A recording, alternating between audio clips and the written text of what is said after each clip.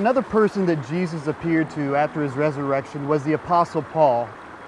Paul was a high achiever, driven person, a passionate person for God.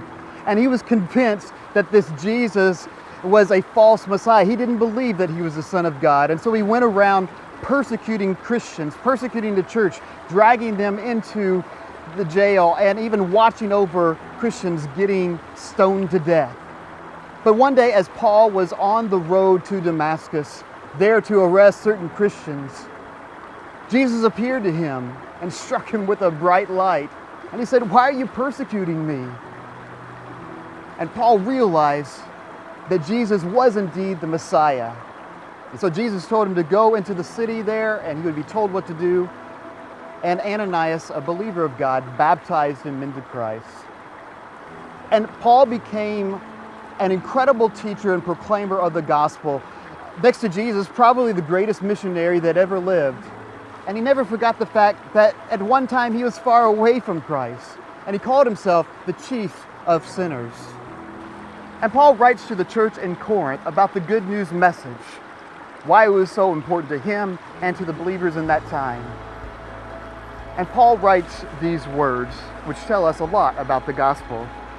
He says this, "Now, brothers and sisters, I want to remind you of the gospel that I preached to you, which you have received and on which you have taken your stand.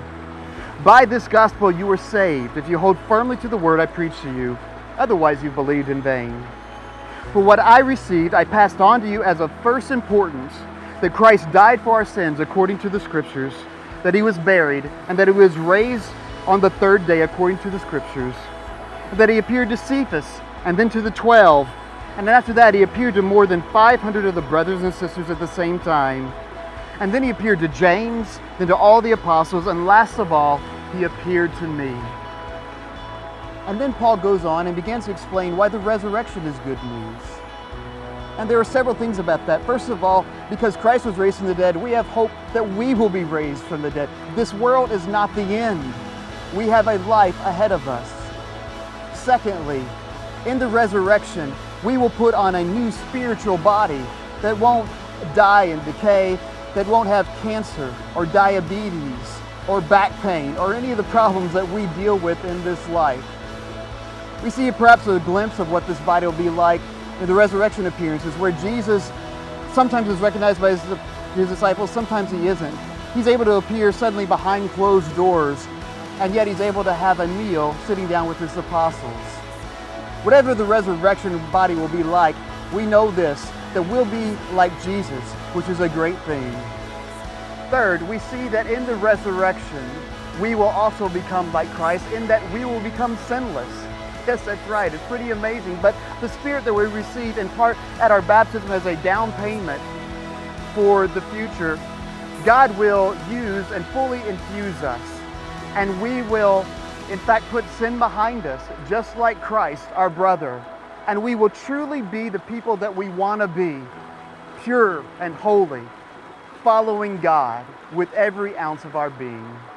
And then fourth, we see within the resurrection that Christ's victory over sin and death is complete. Satan, it seems, sometimes is winning because of all the darkness and death and destruction and pain that is in the world. But the worst that sin has to offer is death.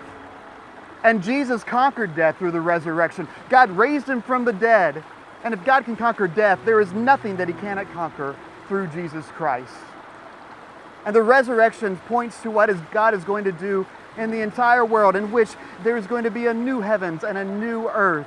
And God is going to restore the world to the peace, the beauty, and the harmony that was found in the Garden of Eden. How do those blessings sound to you?